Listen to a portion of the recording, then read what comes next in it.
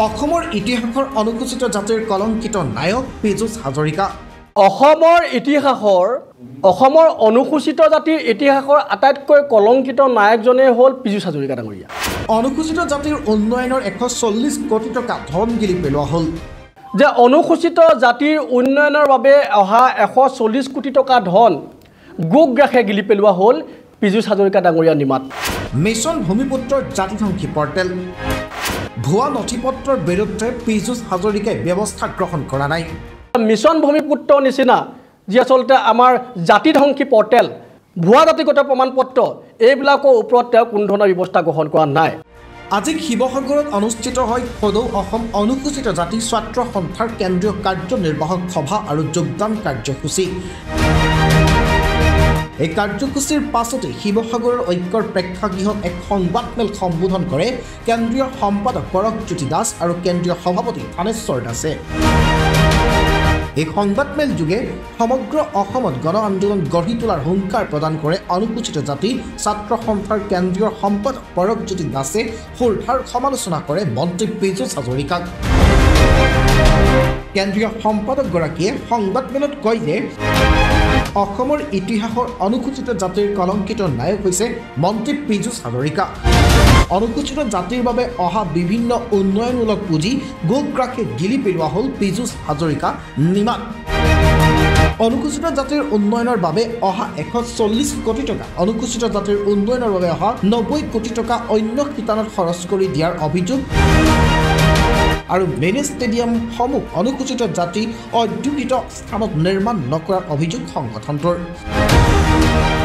মন্ত্ৰী পীযুষ হাজৰিকাৰ সম্পৰ্কীয় ভাতৃৰ নেতৃত্বত অনুসূচিত জাতি ছাত্ৰ সন্থাক দুভাগ কৰাৰো অভিযোগ উত্থাপন কৰে ছাত্ৰ সংগঠনটোৱে। তদুপৰি গুৱাহাটীৰ ব্লু মুন হোটেলৰ কোঠাত মাত্ৰ 15জন লোকৰ উপস্থিতিত মৃদুল দাস নামৰ এজন ব্যক্তিক অনুসূচিত জাতি ছাত্ৰ সন্থাৰ সম্পাদক হিচাপে নিৰ্বাচিত কৰাক লৈও ক্ষোভ প্ৰকাশ সংগঠনটোৰ।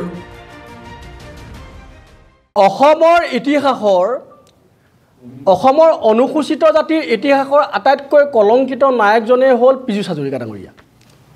আমি এইকাৰণে কলংকিত নায়ক বুলি ক'ব খুজিছোঁ যে অনুসূচিত জাতিৰ উন্নয়নৰ বাবে অহা 140 কোটি টকা ধন গোগ্ৰাসে গিলি পেলোৱা হ'ল পীযুষ হাজৰিকা ডাঙৰীয়া নিমাত।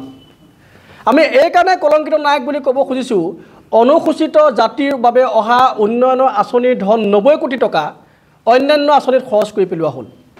আমি এইকাৰণেই তেখেতক কলংকিত নায়ক বুলি ক'ব খুজিছোঁ যে অনুসূচিত জাতিৰ বাবে অহা মিনি ষ্টেডিয়াম তেওঁ যিবিলাক আচলতে অনা অনুসূচিত জাতিৰ ঠাইত সেইবিলাকত বনাবলৈ তেখেতে আচলতে এক প্ৰকাৰৰ অনুমোদন প্ৰদান কৰিলে। আমি এইকাৰণে তেখেতক আচলতে কলংকিত নায়ক বুলি ক'ব খুজিছোঁ যে মিছন ভূমিপুত্ৰৰ নিচিনা যি আচলতে আমাৰ জাতিধ্বংসী পৰ্টেল ভুৱা জাতিগত প্ৰমাণপত্ৰ এইবিলাকৰ ওপৰত তেওঁ কোনো ধৰণৰ ব্যৱস্থা গ্ৰহণ কৰা নাই। আৰু সেইকাৰণে আমি আচলতে তেখেতক মানে অনুসূচিত জাতিৰ একেবাৰে কলংকিত নায়ক বুলি ক'ব খুজিছোঁ। ইয়াৰ সমান্তৰালকৈ আমি ক'ব খুজিছোঁ যে অনুসূচিত জাতিৰ ছাত্ৰ সন্থাক আচলতে মানে দুভাগ কৰি ৰাখিবৰ কাৰণে অনুসূচিত ছাত্ৰ সন্থাটোক বিভ্ৰান্ত কৰিবৰ কাৰণে এই আচলতে এছাম ব্যক্তিয়ে অহৰহ চেষ্টা কৰি আছে। পীযুষ হাজৰিকা ডাঙৰীয়া এজন দুঃসম্পৰ্কীয় ভাতৃ নিসিংহ হাজৰিকাই কি কৰিছে কেইজনমান ব্যক্তিক মাতি নি গুৱাহাটী ব্লু মুন হোটেলৰ ভিতৰত এটা বন্ধ কোঠাত আবদ্ধ কৰি লৈ 15জন মান ব্যক্তিৰ লগ লাগি মৃদুল হাজৰিকা নামৰ এজন ব্যক্তিক অনুসূচিত জাতিৰ ছাত্ৰ সন্থাৰ সাধাৰণ সম্পাদক হিচাপে তেওঁলোকে আচলতে নিৰ্বাচিত কৰিছে।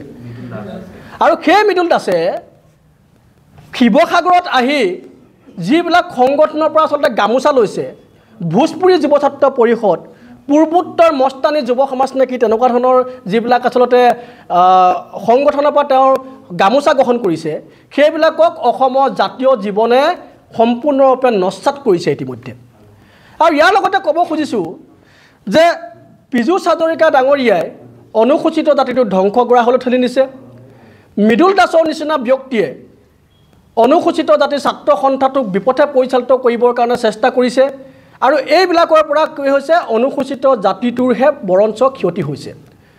গতিকে এই চৰকাৰখনৰ বিৰুদ্ধে আমি যুদ্ধ ঘোষণা কৰিছোঁ। আজি আমাৰ এখন কাৰ্যনিৰ্বাহক সভাত এইবিলাক সিদ্ধান্ত হৈ গৈছে আমি ইতিমধ্যে ক'ব বিচাৰিছোঁ যে অহা জানুৱাৰী মাহৰ মাজভাগতে অনুসূচিত জাতি ছাত্ৰ সন্থাই এক গণ প্ৰতিবাদী কাৰ্যসূচী গ্ৰহণ কৰিব য'ত নেকি অসমৰ অনুসূচিত জাতিৰ গাঁওবিলাকৰ পৰা সকলো ৰাইজক আমি উলিয়াই আনিম আৰু সেই গণ প্ৰতিবাদস্থলীত আমি একগোট কৰি লৈ এই চৰকাৰখনৰ বিৰুদ্ধে হুংকাৰ প্ৰদান কৰিম চৰকাৰৰ বৰঘৰত কঁপনি উঠাকৈ হুংকাৰ প্ৰদান কৰিম